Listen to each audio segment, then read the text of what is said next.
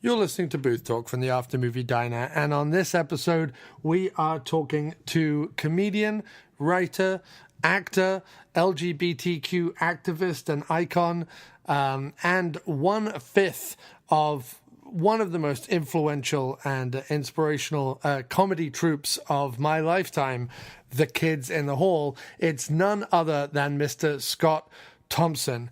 I can't talk enough about what The Kids in the Hall meant to me at a certain point, and still mean to me, but meant to me at a certain point in my teenage years growing up. I was a huge comedy nerd, and when me and my friends stumbled across the weirdness and wonder that is The Kids in the Hall from Canada, well, it was meant to be, along with the Tragically Hip and the Toronto Maple Leafs and various other Canada staples. I became obsessed with the country and with the people in it and its comedy and its music. So to get to speak to Scott Thompson is an absolute delight. He was, as you would expect, gracious, funny, outrageous, boundary pushing, and awesome in all the ways you would want. And just a quick word on that note, if you are in any way offended, outraged, sensitive, anything like that to certain topics being discussed, Scott and I do not hold back on the subjects that we talk about. Scott is very outspoken and quite rightly so, in my opinion. So if you think at any point that you would be bothered by certain topics, whether it's the LGBTQ community, whether it's racism, whether it's identity politics, whatever it is, then maybe this episode is not for you. But saying all that, we do really sincerely hope you stick around for the episode, as it is a fantastic conversation. And if you're enjoying these interviews, of which there will be a lot more on Booth Talk from the After Movie Diner, please don't forget to support the show by rating and reviewing Booth Talk on wherever podcasts are found, Apple Podcasts, Stitcher, Spreaker, etc. If you want to go that extra mile, but also if you want to get the interviews earlier than everyone else, then head over to patreon.com/After Movie Diner. That's patreon.com/After Movie Diner, and support the show that way. You will get the interviews, as I said earlier, and you will be paying it forward to allow us to do a lot more conversations like this. Anyway, enough of my blather. Here's Scott Thompson from The Kids in the Hall.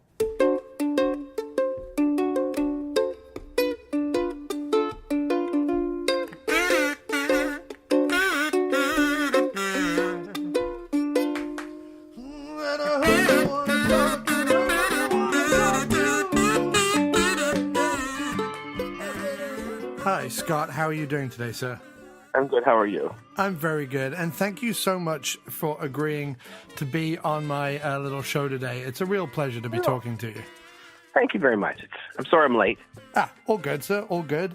I'm rolling already. If that's okay with you, we'll just go right into it. Or okay, excellent. Awesome. So, thank you again, obviously, for coming on the show. So I just wanted to find out from you, so what were your first memories of comedy, and what shows in particular kind of spoke to you when you were growing up? Okay, first memories of comedy. I would say, as a child, the things that my biggest memories would be Carol Burnett. That would be it for me. First thing I remember loving to death and thinking, I would love to be able to do that, would have been the Carol Burnett show. And I think the other thing, it would all be sketch comedy. Flip Wilson, who people don't talk about much anymore, but I was obsessed with Flip Wilson, the Flip show. That was in the 70s. Okay. And his character, Geraldine. I just love Geraldine, her boyfriend, Killer. Okay. And those would be the two, I guess. Yeah, and then I guess that would be very young. Carol Burnett and Flip Wilson. That would have been two big ones. And then in Canada would be like, I remember All in the Family I would think about too, like in sitcoms and stuff. Maude was a huge one for me. I remember being obsessed with Mary Hartman. Oh, yeah, right. Person. Okay. Yeah, that of course. Obsessed with that show. I don't think I've ever been obsessed with the show as that one. That was, it only lasted for like 2 years. It was created by Norman Lear. It was Louise Lasser, and it was just a brilliant satire. Yeah, someone was talking about that on a show I was listening to the other day, and it's funny. It's one of those that a lot of people sort of, certainly people in the know, I think, about comedy mention, but it hasn't had, Carol Burnett to some extent still has a presence. She's had a resurgence. In fact, didn't she just have a show on Netflix? That Mary Hartman show, I don't know that it's available to watch anyway. It's one of those things that I've heard about, but I would love to watch. You can't even get all the seasons. You can get the first season, I think, on DVD. Oh, okay. But it's nowhere. You can't see it anywhere. And I don't know why. I don't quite understand it, because it was a revolutionary show. Yeah. It was like Larry Sanders in that. It revolutionized television. I think it planted an awful lot of seeds in comedy, but it just really does not get any love nowadays. It's weird. I think Louise Lasser, the star, she kind of, I think she had a lot of emotional problems after. Yeah, and there's stories about her on certain films and things, but yeah. And that might be part of it. So she wasn't carrying the flag. Right, and Norman Lear, he's been carrying. It's all been about All in the Family for him and Maude and those other shows. Yeah. But for me, his real masterpiece is Mary Hartman. I'll have to YouTube it and see if I can track down at least a few clips, because that's. That show, they did it every day, right? Like a soap opera. I don't know. Maybe I don't know. They did. Okay. Like, cool. I think it was 4 days a week. They did it like a soap opera. Wow. And the legend was that Louise Lasser got lost in the character, and then it's sort of the two characters came together, like Louise Lasser and the character of Mary Hartman came together, and there was this whole arc where she went on a talk show and had a nervous breakdown, which was kind of mimicking her being on Johnny Carson and having a bit of a breakdown. Oh, so wow. It was really meta. Yeah. Before that was even a phrase, Right. Yeah, before that was even a thing. Oh, I love that. You wouldn't even know what that was. And so it was just, and it was just that she was this actress that just took it on. And I've always thought she's one of those people that's really never gotten her due. She was married. I don't know if she was married. She wasn't married to Woody Allen, I don't think, but they were lovers when they were young. And she was the star of some of his biggest, smallest, first movies. I think, was it Bananas? She was the star of? Yeah, Bananas. She's in the beginning of Bananas, I believe. And Woody Allen has said that she's the funniest person he's ever known, which to me as a young person, I thought, wow, she must be funny. Yeah. And she made a TV movie maybe in the 80s with Charles Grodin that also had a huge impact on me called, what's it called? The Longest Road or The Longest Drive I've not heard of that either. It was a TV movie. It was with Charles Grodin. She wrote it. I don't know if she directed it. She might have. She wrote it, and it's her and Charles Grodin going across the country on a road trip. And that it's a simple premise, but it's just hilarious. Just hilarious. And then I think she had some sort of, mental problems and kind of disappeared, and that might be part of it. But every time I see... Just Me and You from 1978 was the name of the film. Just Me and You. Yep. It's a gem from that time. Oh, I need to track that down as well. That sounds amazing. It was. Yeah, I know her Woody Allen stuff, and I know a film she made with Sam Raimi called Crime Wave, and she's also in a weird slasher called Blood Rage from the early 80s. But really? Yes, but outside of that, I wasn't aware of her work, except Mary Hartman. Yeah, and I loved it because she was an actress, but she was also a writer. Yeah. And, and she was apparently, she could tell she's extremely intelligent. And when I was a young person, I was obsessed with Louise Lasser. Yeah. In fact, I remember one Halloween, I went as her, like grade 9 or something. I went as Louise Lasser. It was just... When you were younger, when did you sort of first realize that you could be funny? Like, you found these people funny, but when did you realize you could be funny and sort of wanted to be funny? Well, I mean, I think, I guess the stock answer would be that I always thought I was funny, but I come from a funny family. So it was hard to feel funny when everybody around you was funnier. Right.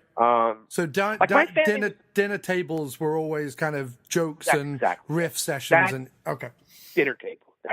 See, I don't even know how things are so different today. Like people don't. It's not really that.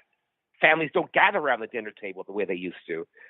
So, but when I was a kid, the dinner table was the time when everybody would go through their day, and the person who was the funniest would get like a second helping. It wasn't an official thing, but it was kind of, it was just unstated.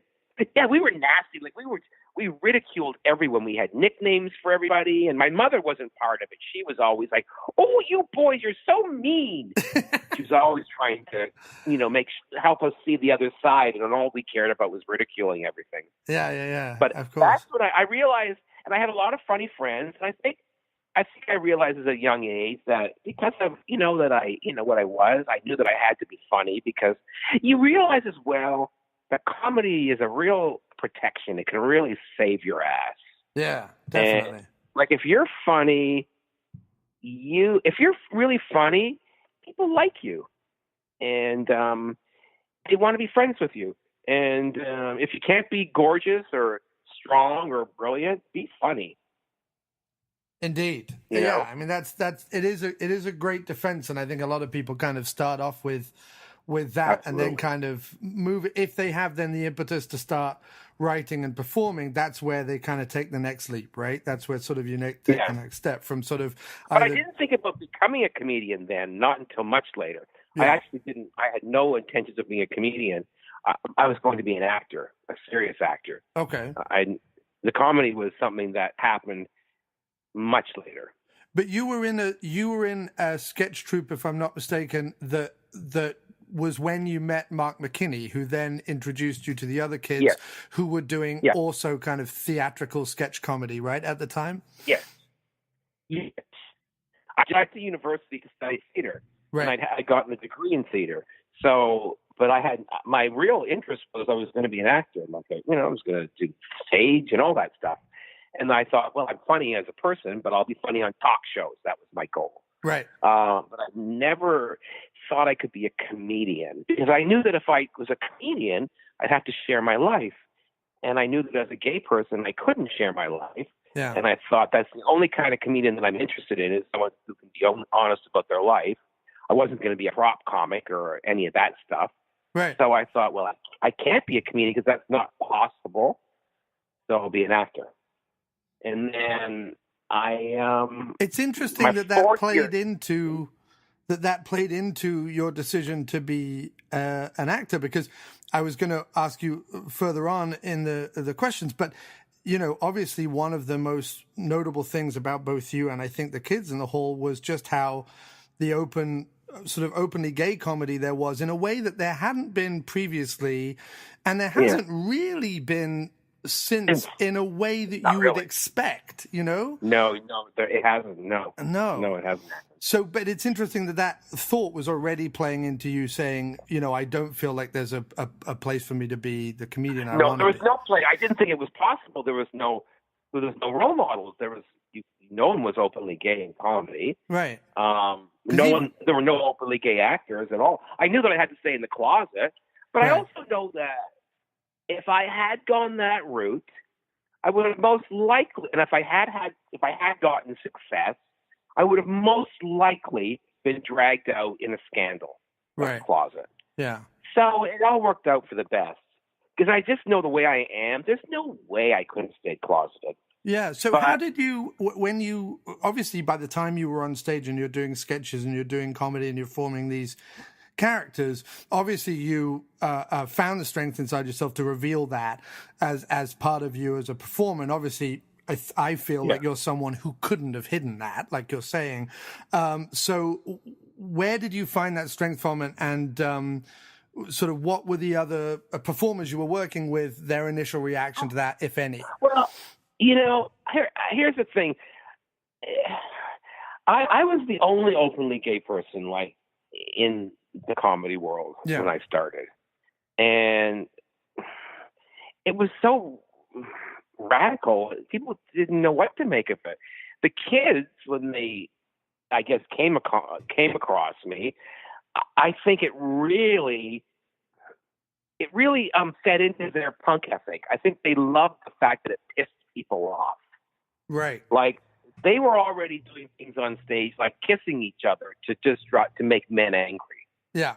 So they were using male homosexuality as a punk thing. Almost, they even though they were straight men, they weaponized male homosexuality to get back at the squares and to basically piss men off. Yeah.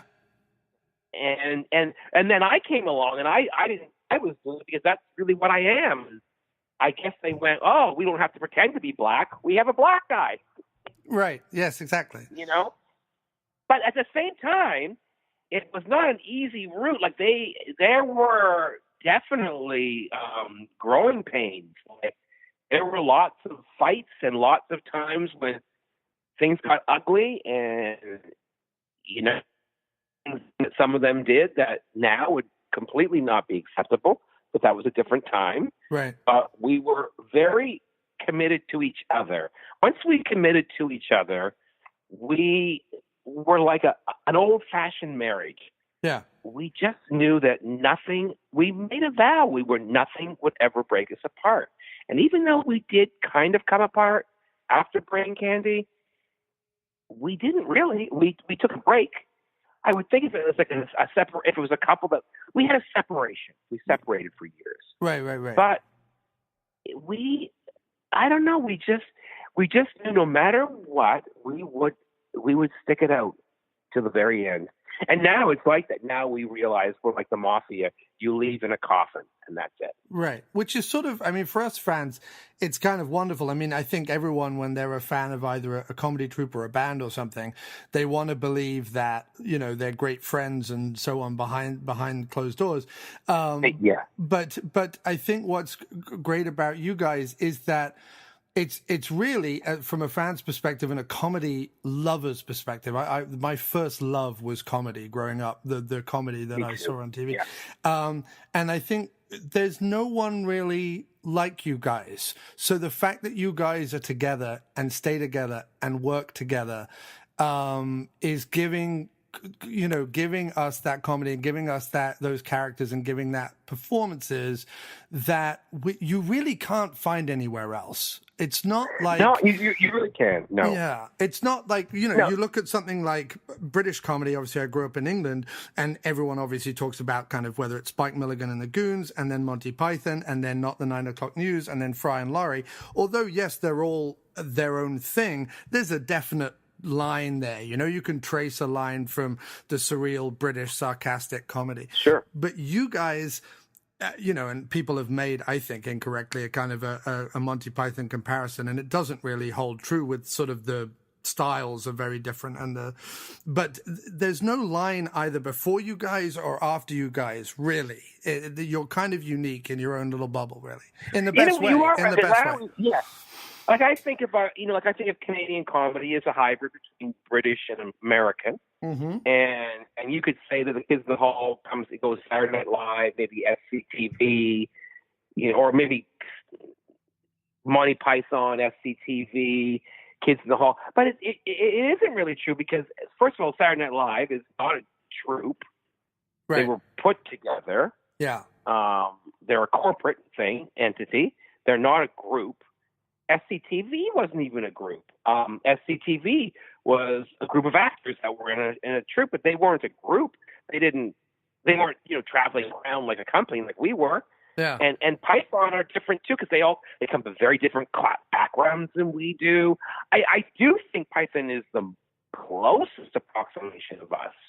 Yeah. No, I mean, in terms of, I think, the makeup of the group and the fact that you're sketch comedians and the slight surreal element. But yeah, I mean, beyond that, I still think the aspects of the kids, I don't think anyone else could do a Kids in the Hall sketch like the Kids in the Hall. It's someone could do a Python sketch because the writing, but with you guys, it's the combination of sort of writing and performing and voices and the way some of you say words and the way you look in a mustache. Like, it's stuff like that's sort of unique to you guys that kind of makes us laugh so much. I think we're more personal than the Pythons. Like, I think they're more intellectual. Yes, definitely. And they come from like Cambridge and that whole world of intellect and the upper class and all that sort of thing.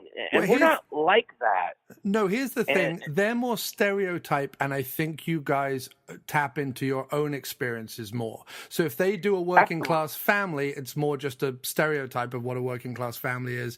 If you guys do it, we really are. Yeah. And we really are, and we shared a lot more of our personal lives than they ever did, and that could be a Canadian-British difference.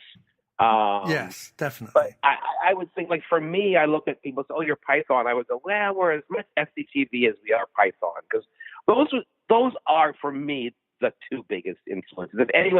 If we were the children of anyone, it would be SCTV and Python. Right. I wouldn't even include Saturday Night Live because they're also different in that we're like SCTV and Python. We are also the writers. Now, Saturday Night Live isn't like that. That's the American tradition is they split writers and actors. Yeah. Many of the actors in SNL also write, but there is a separation, and that is a very American thing. And the Canadian tradition is much more like the British tradition, which is that the actors and the writers are the same thing. Yeah, so I was going to ask about the writing sessions for the TV show, because obviously you guys, all the performers write, and then you have a couple of other writers, obviously Paul Bellini and Norm Hiscock and people who have come on. What were you all in a writer's room together, or did you guys go off in teams and write separately and then bring it together for read-throughs? How did that kind of work? Yeah, it certainly was not like a traditional writer's room of today where everyone's sitting around and you have ideas and everybody spitballs. No, it was much more teams, much more like Python. Right. We were much more that way. And we almost never wrote together. Right. Like, there was almost never a time when the five of us would write a sketch. There are a few, and yet you also can say that I would say there are no sketches which could be owned by one person.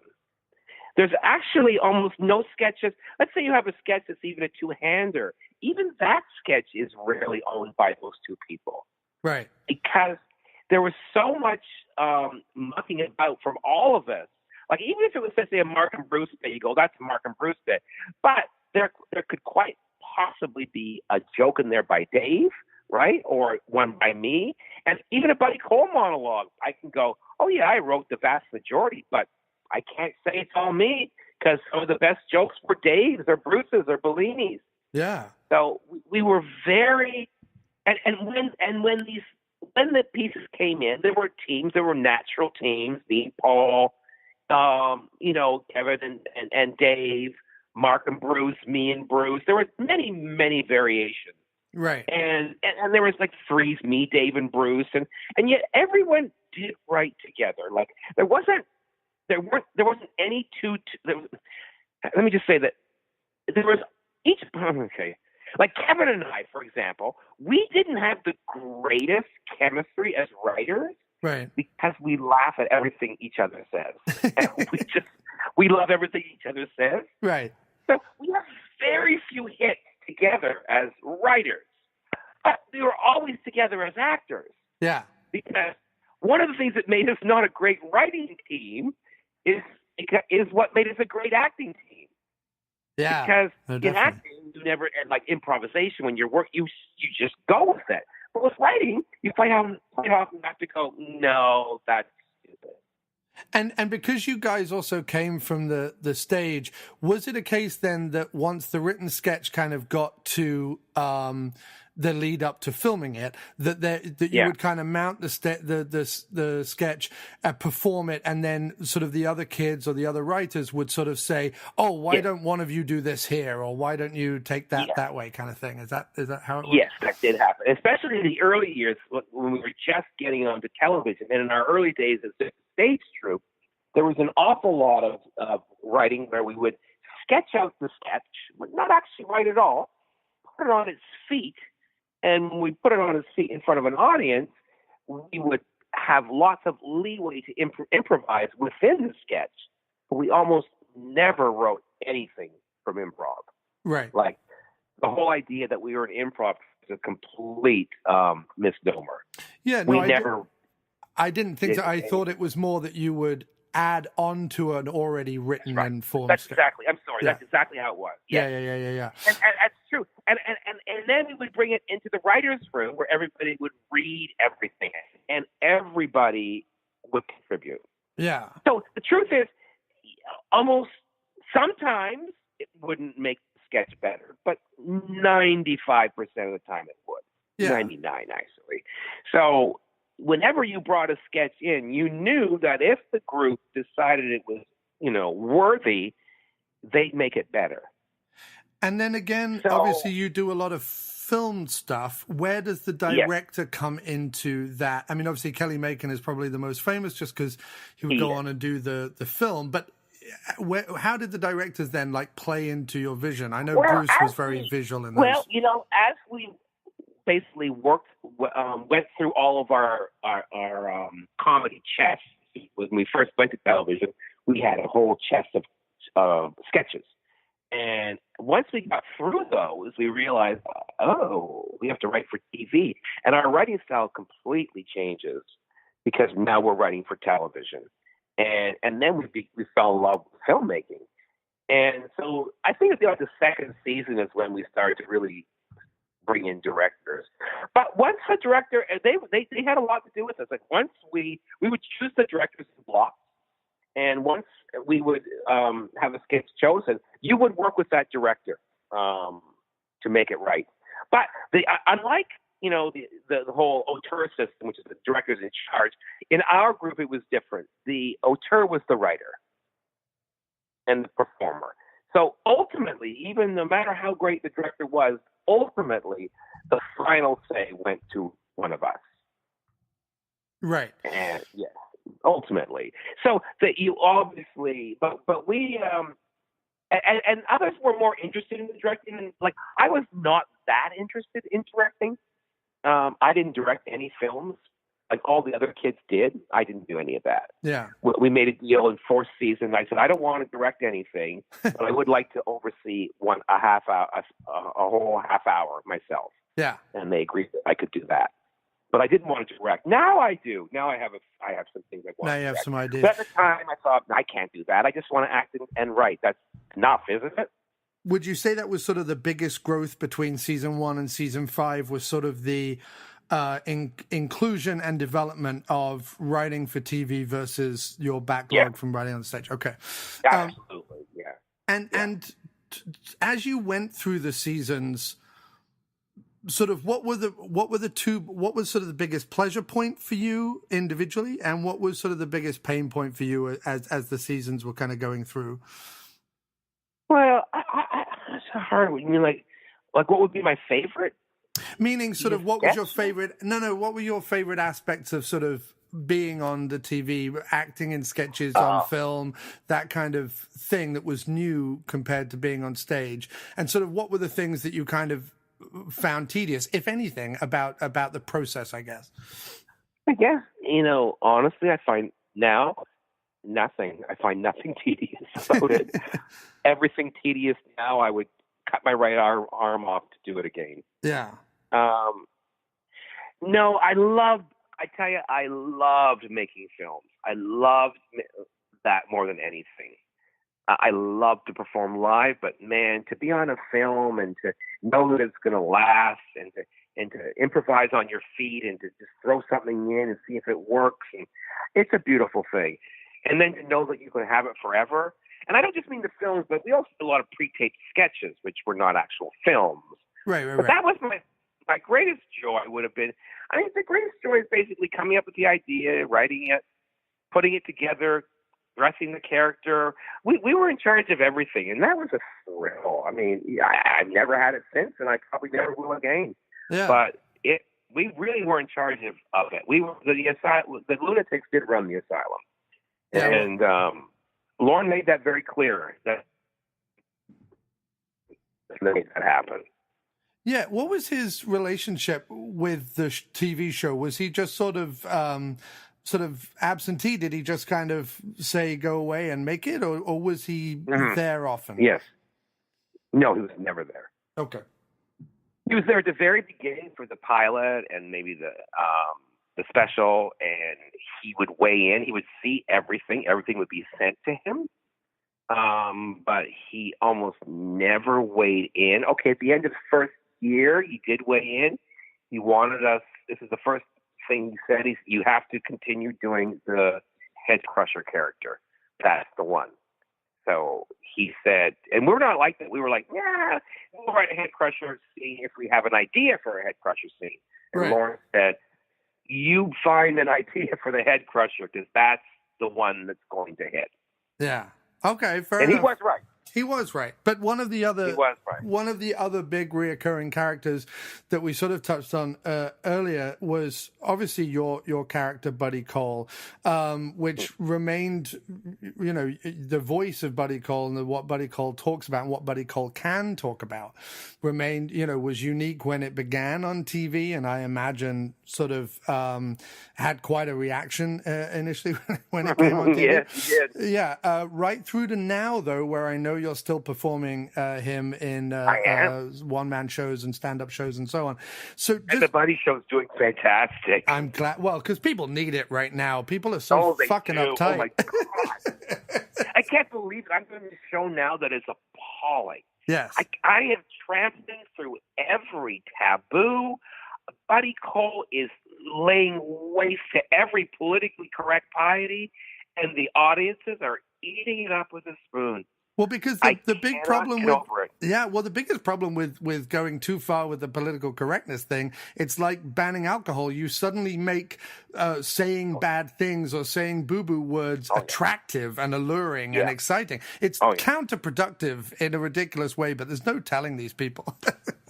No, there is no telling these people. And you know what? They've always been around.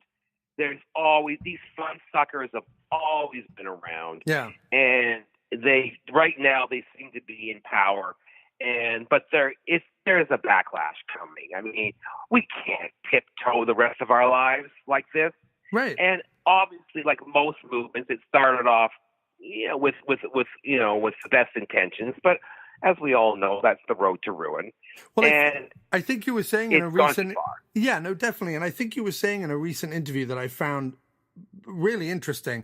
I think you were saying, and I'm probably paraphrasing or getting it wrong, but you were saying sort of, as a gay man, having gone through everything that I went through in the 90s and so on, don't make me a victim now. Like, I can stand up for myself and I can talk for myself. Like, don't make me a victim. Are you kidding me? Like, people talking about the war on gay people today. I'm like, what are you talking about? It's the golden age. Yeah. I don't even know how to take this nonsense.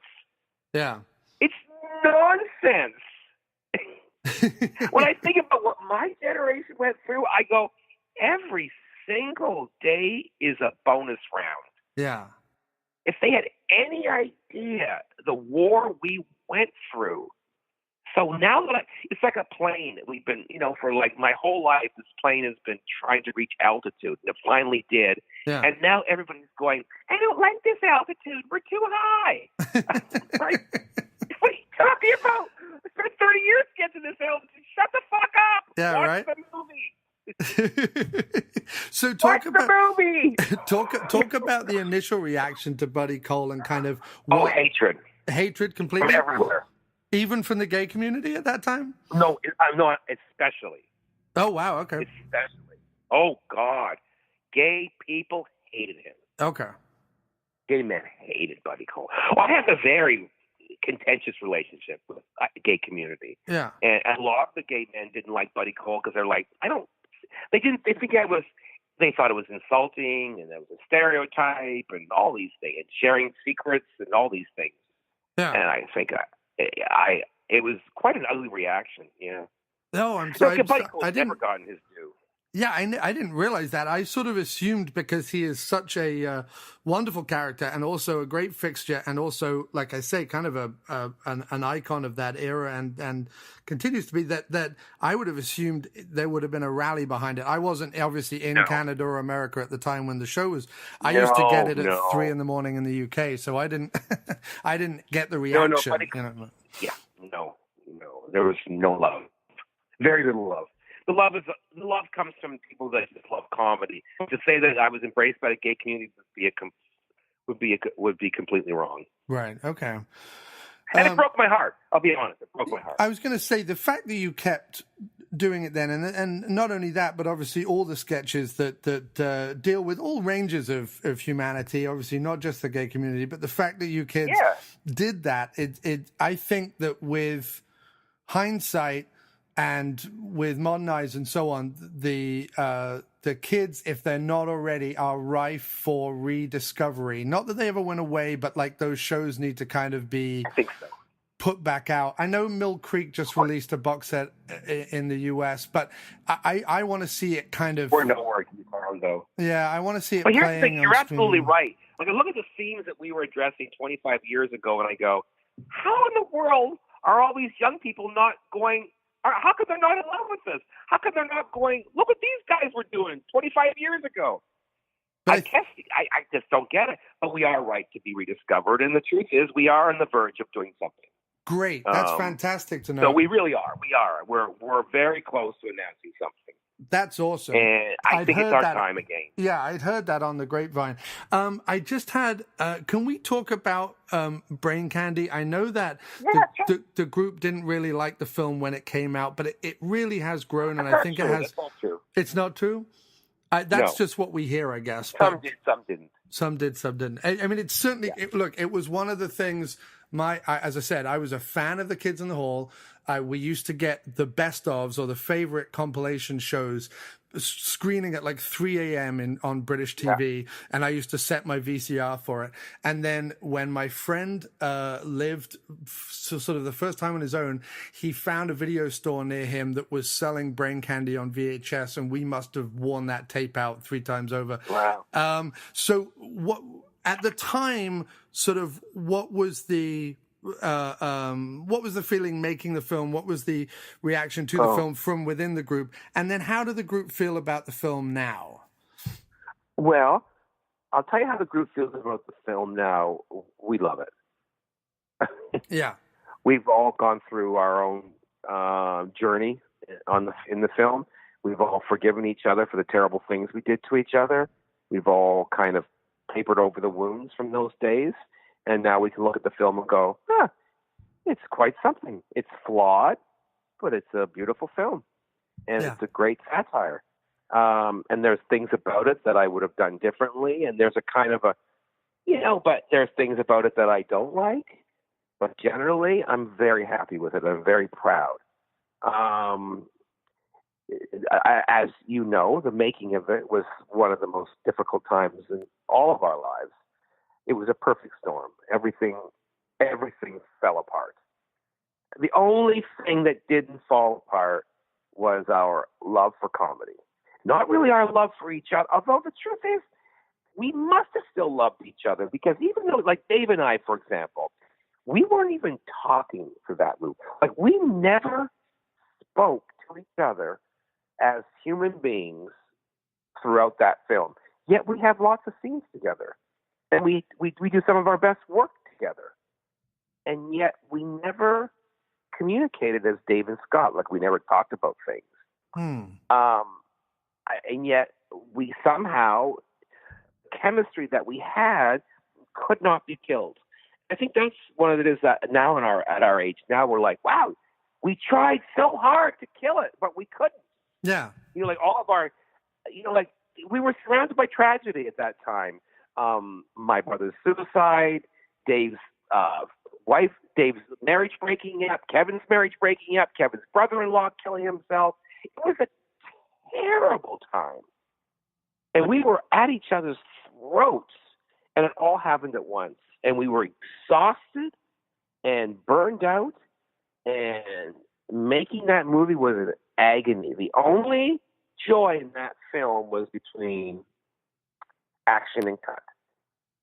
Wow. And I didn't even know all of those things. I didn't even know all of that. I mean, I knew Dave wasn't involved in the writing, and there was some question about that. And I know that there was fights over things like Cancer Boy and stuff, but I didn't know all those other bits about the film. The week before, my brother killed himself. Oh, man, and I didn't know that. Kevin's brother-in-law killed himself a couple days later.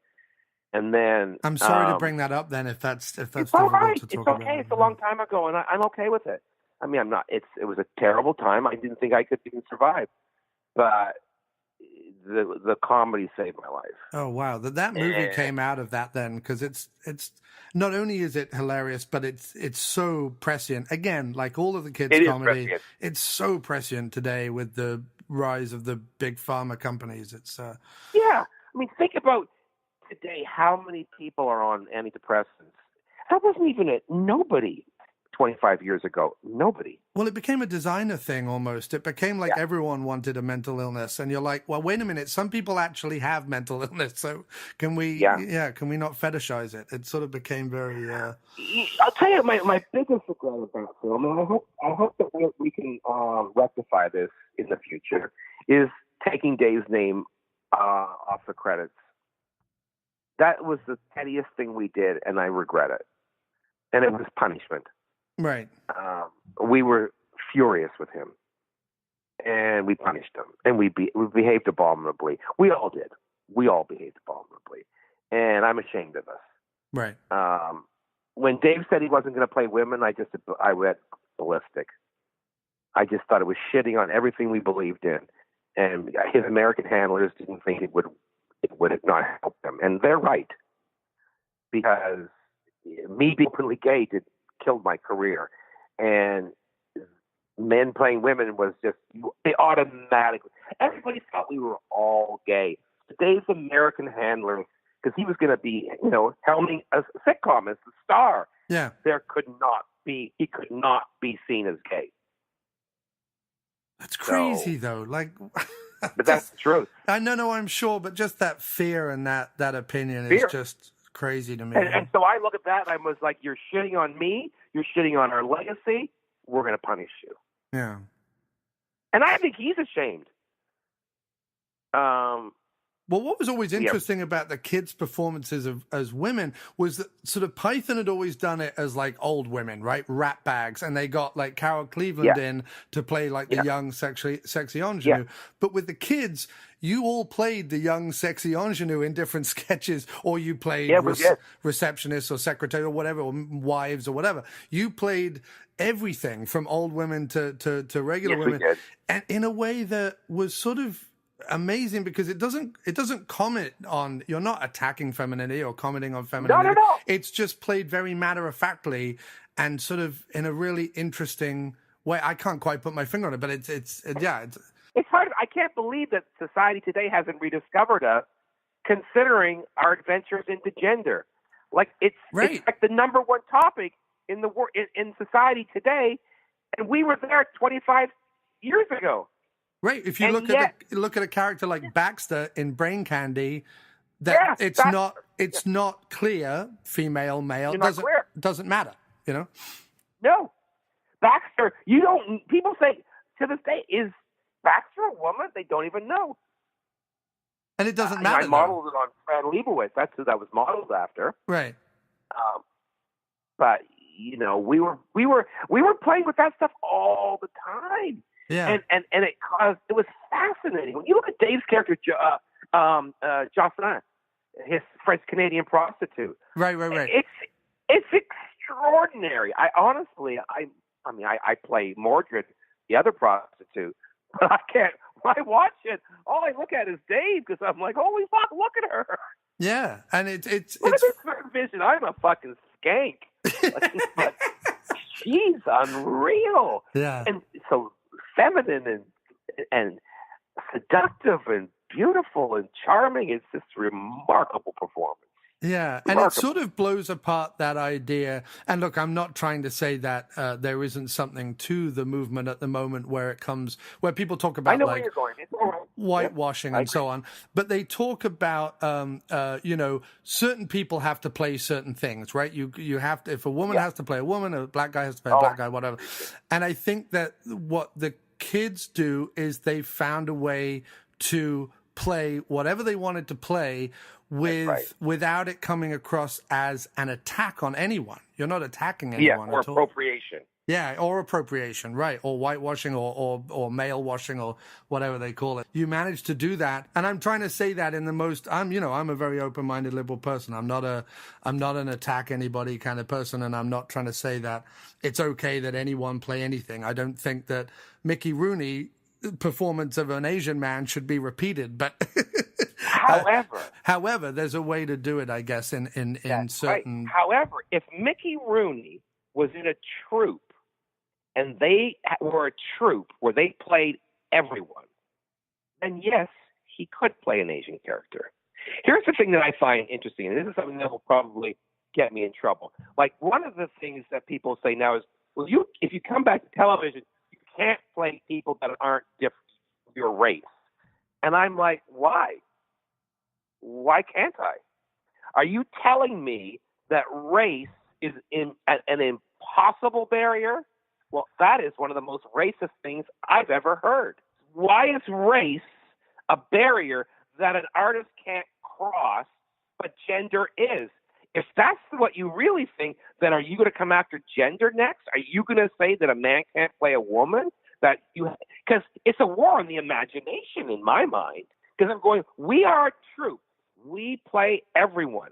And I played characters that were not my race. And people go, could you do this nowadays? I go, well, I probably wouldn't be allowed to, but I would. You did First Nations in Death Comes to Town. You played a First Nations character, or someone who claimed to be First Nations. But yeah. And I'll tell you, people were upset. White people were upset. No Native people were. No. I'll tell you something. When I played that character, I remember, and the character really isn't Native. He just thinks he's Native. He just thinks he's a poser, right? Yeah. Yes. He's called a Windian. Right. And when I was doing that, I remember, some of the other members were very, very nervous about me doing this character. And I remember one time in North Bay, which is where we filmed it, which is Northern Ontario, which is, how do I put this? A lot of Native people in the North. Yeah. And I was standing on the street with the long hair and, definitely a Native drag, whatever. I had moccasins. I had the whole bit. But I was wearing a suit, but I had the long hair and, all the beads and stuff. and I take on a very classic Canadian rural Native accent. Yeah. Which is a very difficult. Nowadays, people even accents that people are upset about. But there were a couple of Native guys came up to me and they knew who I was. And they thought it was hilarious. They loved it. And it's always been my experience. Yeah. It's the white people, the overly politicized white people that are ruining everything. Okay. So even if, and I had a black character, and people, you couldn't do that. No, I go, well, I would. Yes, I would, because I reject the modern idea that race is uncrossable. I reject it. In fact, I think it's racist, and I refuse to be part of that. I reject that. No, I can play anyone if I have to. We're a troupe. It's not a movie, right? We're not a movie hiring people. We're a troupe. Right. We play everyone. So if we return to television, I know I would have a huge fight with the rest of them, but I would go, I'm playing this character. You can't, Scott. The character's not white. I go, I don't care. I'm playing him. And it might not be possible, but I would, because I really believe that. I just really believe that that's just nonsense. I think it's nonsense. I think what shines through in all of this discussion about everything is, and like you said earlier about the kids when they were on stage, it's the embracing of that anarchy, that punk aesthetic, and that idea that the what's the word? Not hierarchy. The establishment doesn't necessarily know what the fuck it's talking about. They really don't. Yeah. That's right. The status quo is right, and that is the status quo today. And therefore, even though I'm not a young man anymore, I still have that punk ethic, and I still go, well, you don't think I can do it? You just watch me. So, Scott, and I think we play our characters with great empathy. You do, yes. No, you play them real. You play, like we were talking earlier, real. You play them as personal. So I don't, this whole, like, there's a podcast that's on right now called Kiss and Tell, and it's 5 millennials who are obsessed with the Kids in the Hall. talking about saying the kids in the hall, they analyze every single episode. They finished the first season, but when they come to the way we talk about race, and they're all white kids, they don't even know what to do. They can't even discuss it. Yeah, it's so upsetting to them.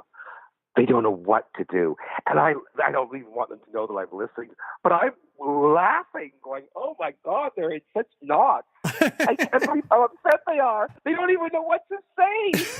They're like, "We love Scott, and then this happened. And I can't even talk about it. They can barely talk about it," which I just find hilarious. You need to email them and let them know that you're listening, and to not worry so much about it. Well, they can't. I go, "Guys, what's your problem?" And I go, you can't even context people. Have some context. We're human beings. We're all different. We're human beings. We're all different shapes and sizes and colors. It's a beautiful thing. As long as the joke is just a human joke. Right. Like, it gets common. Like I said, as an actor, like, my joy is to get as far away from myself as possible. So, therefore, I'm going to take the longest way. And so, for me, I get such a joy out of being someone that is so far away from me. And because the truth is, once I get into them, I discovered they're not really very far away. Does that make sense? Oh, of course. Yeah. We're all very close. Yeah. We're all next door. So I just go, race is just another thing. It's all silly. So it's all silly. I'm none of these people. I'm none of them. Yeah. Completely. But so imagination is everything. This war on the imagination, I just won't be part of it. No, it's got crazy. I mean, I think, and it's been pointed out now, but like the Twitter will find any reason to be outraged. They dug up a 40-year-old John Wayne interview when there wasn't 5 minutes of outrage from somewhere else. They found outrage in the past. It's just ridiculous. This is what I hope. I hope that some social justice warrior digs up some Kids in the Hall sketches where we're playing different races and says, "Did you know this was going on?" And there's a Twitter outrage. That would be the best thing. It'd be such good marketing, right? I wait for that moment where they go, "Did you know Scott Thompson did blackface 25 years ago?" And then I would go, "Yeah, and I do it tomorrow." But I wouldn't call it blackface. It's not blackface. I played a character who was black.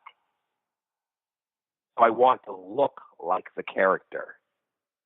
And also, I would say, well, you're just being an American colonialist because I'm not an American and we didn't have your history. So how dare you pretend that we have the same history as you? We don't. Right. Not all countries, countries go through different histories. We didn't go through your history. So, and even so, I still reject it. I find it fascinating. This whole, I can't believe how much knots these youngsters are getting over it. It just makes me laugh. So bringing up the Canadian thing, when I was growing up, I also was, and it was both separate and together, a big fan of the Tragically Hip. Even though I was in the UK and I hadn't traveled to Canada. Wow, I was a real big Canadian file. And, it was you guys, SCTV, the Tragically Hip, and then later Trailer Park Boys. And I have relatives who live in Toronto and now actually Niagara-on-the-Lake, but I had never been to Canada until 2 years ago, which was my first time when I went to Toronto myself. And considering it's the playoffs tonight, I'm a Maple Leafs fan, so go figure. But oh my God, go Leafs! That's hilarious. But one of the things I was going to say is in Brain Candy, you obviously have the whole. In my opinion, the drug is ready, which is from a song on Trouble in the Hen House, and I'm going to forget which one it is. But I wanted to, and obviously you have the riff playing as Kevin goes up in the elevator. And I wanted to know, what was the kids' I know Bruce McCullough was a good friend of Gordon Downey's, but what was the kids' relationship with the Tragically Hip, and how did that hip cameo happen in the Brain Candy? I'm not the one to ask. Okay. That would be Bruce. That was all Bruce that made that happen? Here's the thing. That would be the other four much more than me, because our taste in music was the one thing where we really just diverged. So I had very little to do with any of that stuff. The Hip were just, I guess we just kind of related to them. They were like a group of white guys like us who were brothers, spiritual, creative brothers like we were. And they were, but the difference is we had more success outside of our country than they did. Right. Like they were very, very Canadian. Like they had very little success outside of Canada. And but we definitely had much more success in the States. Yeah. But they were always trying. It's not like they didn't want it. They wanted it, I think, but they just I still don't really understand why the world doesn't love them. I don't quite understand. Yeah, I didn't understand that either. I mean, I was one of the few. It's funny. I was an Englishman living in America who, on the night I couldn't obviously attend the last concert, but on the night they played the last concert, watched it on my phone, like by myself, with I was texting one other person who I happen to know in the US who is also a Hip fan. But it was one of those nights where I felt incredibly connected to the whole thing, but at the same time horribly alone. Yeah, I watched that in Ottawa doing stand-up with a group. The whole city was out watching it in bars and everything. That was a big deal that night. Oh, Bruce is a good friend of Gord Downie. Gord Downie was just a remarkable artist and a remarkable person. Definitely. Just his. Yeah, but they were very close. Well, if I ever get to speak to Bruce, I'm speaking to Kevin next week. But if I ever get to speak to Bruce, then I will. Kevin will have a lot to say, because Kevin's a huge music nerd. Yeah. Okay, brilliant. Yeah, we can geek out on the Hip with him. And is there any plans? Obviously, you're planning to come back to TV, which I think I'd heard, but that's fantastic. We can't wait. Is there any plans for a kind of Brain Candy re-release? I know from the trailer that there are scenes in the movie that are not in the movie, and now that you guys love it, is there any idea to come back and do extra features on it or anything like that? I'd love this to happen. There's no real discussion about that. One of the things we've talked about is a tour where we do Brain Candy live. Oh, wow. We've done that before. Oh, that would be great. I saw you live once. Yeah, we have done that. I saw you live with your sketch show once in New York, but I didn't see the Brain Candy series. But we did Brain Candy live with the Tragically Hip, actually, with a group with Gord Downie leading it before he died. Oh, my goodness. That would have been a personal... orgasm for me. Yeah. That would have been incredible. It was a whole bunch of Canadian artists from Tragically Hip, the Odds, someone from the Odds, the group from the East Coast. They were huge punks. I can't remember. Sloan, you know that Sloan? I don't know. No, you might love Sloan. Yeah. Then if you're a Canadian, you might. That's a group you'd love. But yeah, we're definitely there's nothing on the book. It would be nice. That would be fantastic. Whatever happens with that, to kind of shine a light on that. I mean, obviously, a kind of tricked out Blu-ray release would be incredible. But beyond that, any kind of any more kids is what we're looking for. So yeah, that's what we're looking for. We've been talking a lot lately, and we're in the final stages of discussions. And if it works out, it will be back with Daddy, with Lorne. Okay, which would be that's amazing. So would it be like a CBC, NBC kind of crossover, or would you do it? I don't know. It would be I don't know. He's very interested in it. To me, I like the story of it. I like the narrative arc of it. The prodigal son's coming back. Yeah. And I just love that narrative, and I would love to do it. I mean, was Lorne involved in Death Comes to Town at all, or no? That was done separately. Okay.